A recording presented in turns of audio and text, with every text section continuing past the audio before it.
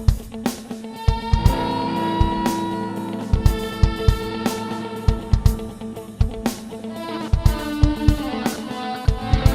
en nuestro tiempo de entrevista vamos a hablar con la nueva consejera de Bienestar Social de la Junta de Comunidades de Castilla-La Mancha, una paisana de aquí, de Guadalajara, Bárbara García Torijano. Muchísimas gracias por acompañarnos. A vosotros, muchas gracias.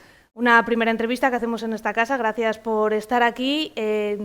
Lo primero, preguntarle por ese gran reto profesional que supone dar el salto a la consejería a su edad, con 39 años, pasando del ayuntamiento a la diputación a de repente el gobierno regional. Sin duda, un gran salto. Sí, la verdad que sí, un salto importante, tanto en lo personal como en la vida política, ¿no? Y bien, porque muy contenta de poder contribuir al bienestar de todos los castellano-manchegos desde el gobierno regional y con muchas ganas, con mucha ilusión. Ha cambiado mucho su vida después de este salto profesional y no sé si echa de menos ese contacto directo con la gente de Torrejón del Rey, que yo sé que es muy importante para usted, su pueblo.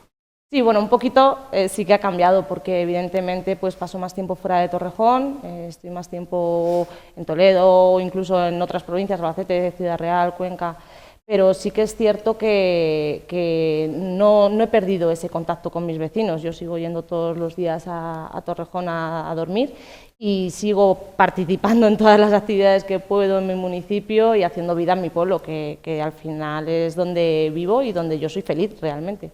Una consejería como la de Bienestar Social puede parecer así, o de pronto una consejería tranquila, pero es una consejería que tiene muchísimos recovecos. Me imagino que en este momento está usted en un momento de aterrizaje, de ir conociendo todos y cada uno de los sectores humanos que tiene esa consejería, que quizás es la consejería más humana de toda la Junta de Comunidades. Claro, yo digo que es la consejería de las personas, ¿no? Al final es una consejería amplia, muy transversal a todas las políticas y al resto de áreas y de consejerías del Gobierno y sí, con muchas ramas que explorar y que además pues hay que ir perfilando y mejorando para el bienestar de toda la ciudadanía. Una consejería muy amplia, como dices, complicada porque se tratan temas también muy delicados, ¿no?, que nos afectan a todos, pero muy bonita porque es muy cercana a las personas y al final es lo que te da la posibilidad de estar ahí al pie del cañón y ayudar desde la cercanía. Niños, mayores, dependientes, discapacitados, áreas tremendamente complicadas. Todas las áreas que afectan a las personas, es decir, la vida. Al final es una consejería que afecta a la vida diaria de todos los ciudadanos. Entonces, trata temas muy complicados, muy difíciles, pero con respuestas muy positivas y bueno, muy encaminadas a ayudar y a colaborar y a hacer que la vida de todas las personas sea cada día un poquito mejor, que es de lo que se trata. En su toma de posesión dijo que su objetivo era fomentar las ayudas a la dependencia y apoyar a las personas con discapacidad. ¿Lo tiene claro? Clarísimo. Es un objetivo principal que de hecho se venía trabajando ya con mucha fuerza y con mucha constancia antes de llegar yo a la consejería y que vamos a seguir en esa línea. La dependencia hay que trabajarla y es importante estar al lado de las personas para que tengan a su alcance todo el catálogo de prestaciones que necesiten para que su día a día sea más amable, más fácil de llevar y tengan una vida más cómoda y más feliz. Decía que es la consejería de las personas la que usted encabeza esos colectivos tan complicados, mujeres, niños, dependientes, discapacitados, tremendamente golpeados por la pandemia del coronavirus. ¿Le preocupa las consecuencias que haya podido tener, las secuelas que haya podido tener la pandemia en estos colectivos? ¿Que las ha tenido? Claro, es importante tener presente que la crisis sanitaria va a derivar en más crisis, ¿no? Y sí que desde el principio, desde el Gobierno regional, se ha estado trabajando en el momento que llegó la pandemia para que paralelamente pudiésemos ir haciendo frente a esas crisis que va derivando, económicas y sociales.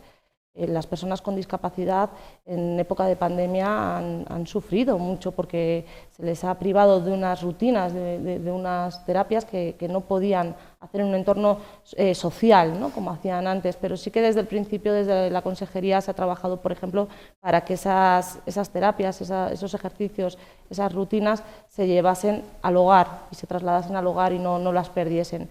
no solamente con las personas con discapacidad, sino con los mayores, con los niños.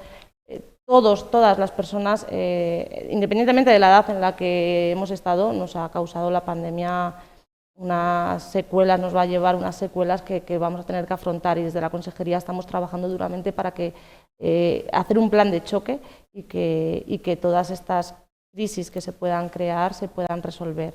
Hemos ampliado las ayudas de emergencia.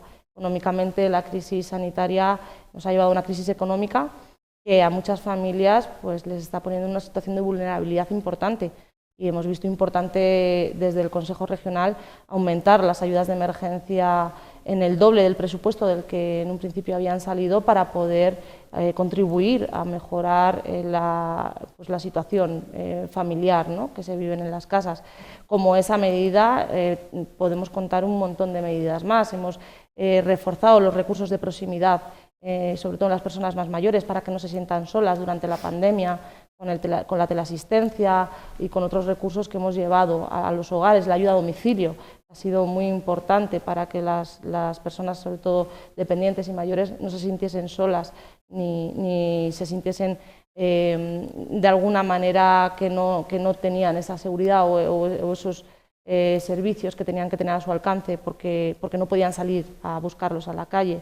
Los niños han dado un ejemplo en sus casas, pasando meses y meses sin poder salir, y hay que estar ahora reforzando todos esos talleres de familias que se hacen para que, bueno, pues aquellas familias que de una manera u otra lo han pasado peor, porque también ha habido, no nos podemos olvidar que ha habido muchas faltas en los hogares de familiares que en esta pandemia nos han tenido que abandonar.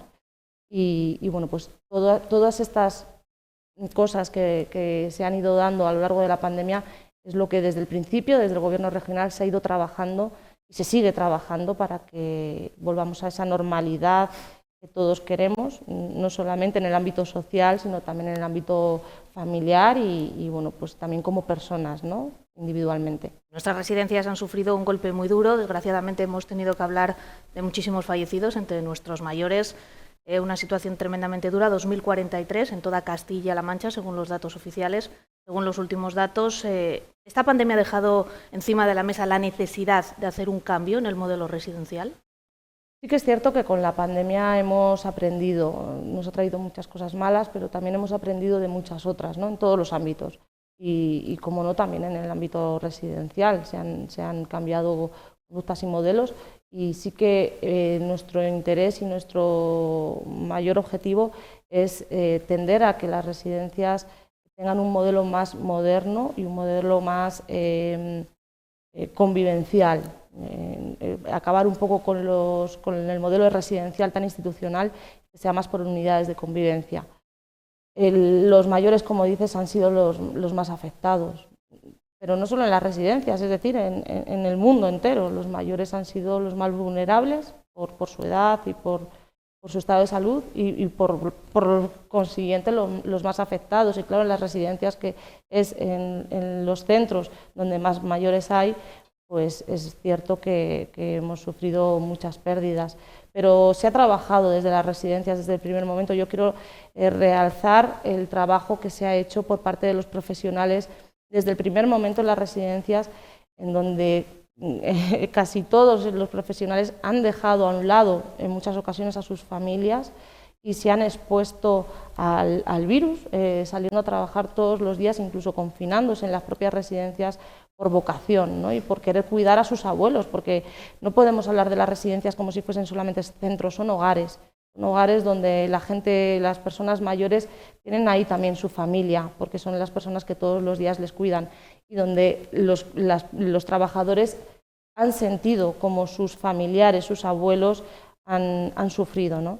Entonces yo sí que quiero realzar el trabajo que se ha hecho desde los centros, porque es importante recordarlo todo, es importante aprender, pero también es importante recordar la dedicación que se le ha prestado a estos mayores.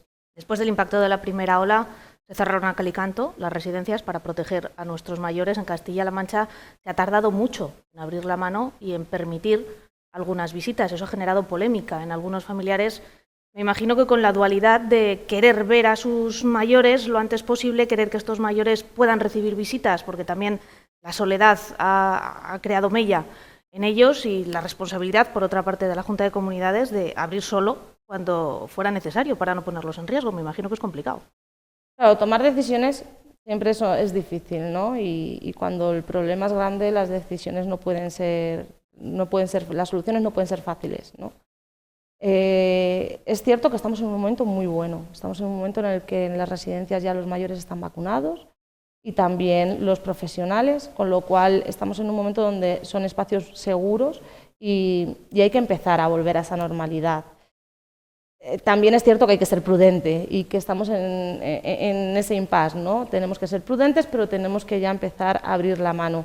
De hecho, el día 8 de este mes de junio finaliza ya la resolución que se hizo por parte de Sanidad y de Bienestar Social con las medidas preventivas después del estado de alarma, y se está trabajando en la Consejería para ver en qué parte de la resolución podemos ampliar y ya dejar que pasen esos familiares con más normalidad y bien organizado con el centro, como no puede ser de otra manera, pero que ya puedan ir a ver a sus familiares y puedan disfrutar de ellos. Devolverles la vida un poco a los mayores. Claro, devolverles la vida a los mayores y también a los familiares, que estar al otro lado también sabiendo que tu padre o tu madre o tu abuelo está en la residencia y que no puedes verle y que no puedes tener un contacto directo es duro. Y para los mayores el no tener en esos últimos años de su vida a sus nietos, a sus hijos, a sus sobrinos cerca, pues también es muy duro. Entonces,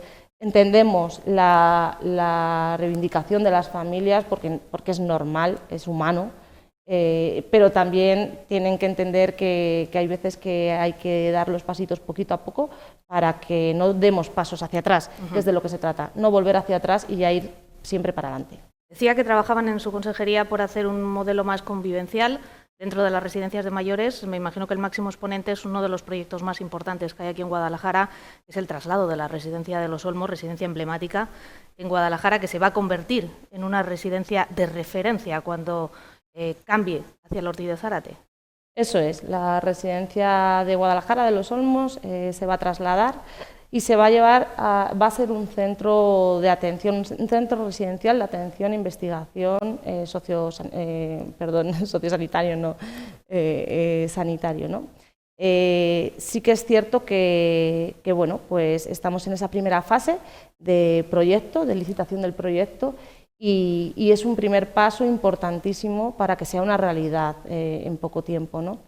Es un compromiso del presidente Emiliano García Paje, del Gobierno regional, el que Guadalajara, la ciudad de Guadalajara y la provincia, porque al final va a dar cobertura también a pueblos cercanos, tengan un centro residencial con ese nuevo modelo que hablamos, ¿no? Ese modelo moderno en el que va a dar posibilidad a que sea una estructura, como decía yo antes, no tan en vertical, sino más en horizontal, ¿no?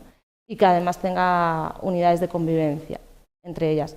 Además, va a estar en el mismo recinto que está ahora mismo el IEN, y van a compartir también un tercer módulo de investigación y de formación, cosa que va a favorecer el que pues el espacio residencial tenga mejor garantías, ¿no? En todos los sentidos. Y además con un entorno alrededor muy bonito. Se van a decentar el entorno de jardines y el jardín romántico, que ahora mismo está cerrado y que se abrirá al público para que también los vecinos de Guadalajara puedan disfrutar de él. Es un proyecto importante y además es un proyecto en el que da credibilidad y afirma el compromiso del Gobierno regional, y en este caso de Emiliano García Paje, del presidente, en que Guadalajara importa mucho, ¿no? Y a la vista está de los proyectos que en estas semanas estamos viendo que están llegando a Guadalajara con mucha fuerza y muy importantes, y uno de ellos sin duda será la residencia de Los Olmos, que además va a ampliar en plazas, va a pasar de 80 plazas a 120 plazas y va a dar cobertura a que más ciudadanos de la ciudad, incluso de la provincia, puedan disfrutar de este nuevo modelo residencial que sabemos que es importante para todos. Por último, consejera, la tengo que preguntar por un asunto de actualidad. 14 finalmente serán los menores que acoja Castilla-La Mancha de Ceuta para tratar de aliviar un poco la situación por la que están atravesando. No sé si se sabe ya dónde van a ir, qué les podemos aportar nosotros para que estén mejor acogidos aquí en Castilla-La Mancha, cuáles son los planes que se puedan desvelar de la consejería. Bueno, pues lo que ya sabemos todos, el Gobierno de España nos hizo un llamamiento ante la crisis migratoria que se ha sufrido en estos días y, como no puede ser de otra manera, nosotros somos solidarios con Ceuta y atendemos a la petición del Gobierno de España a recibir a esos niños y niñas bueno, pues que están ahora mismo en esta situación de vulnerabilidad, ¿no? Van a venir de Ceuta y se ubicarán en los centros que mejor se adapten a las necesidades con las que vienen y a los recursos que nosotros tenemos dentro de nuestras posibilidades para poder darles. No se sabe todavía cuándo van a venir. No, todavía no tenemos noticia, pero bueno, todas las comunidades al final han respondido a la llamada de emergencia del Gobierno de España y yo creo que es momento de estar unidos, de demostrar fuerza y firmeza como país, para que también se vea más allá de nuestras fronteras, ¿no? Pues estaremos muy pendientes de este y de otros muchos asuntos que tienen que ver con su consejería, que siempre está de actualidad. Bárbara García Torijano, consejera de Bienestar Social de la Junta de Comunidades de Castilla-La Mancha, muchísimas gracias por acompañarnos. Esta es su casa, vuelva cuando quiera. Muchísimas gracias a vosotros por atenderme. Gracias. Nosotros vamos a seguir repasando otros asuntos de actualidad de esta jornada.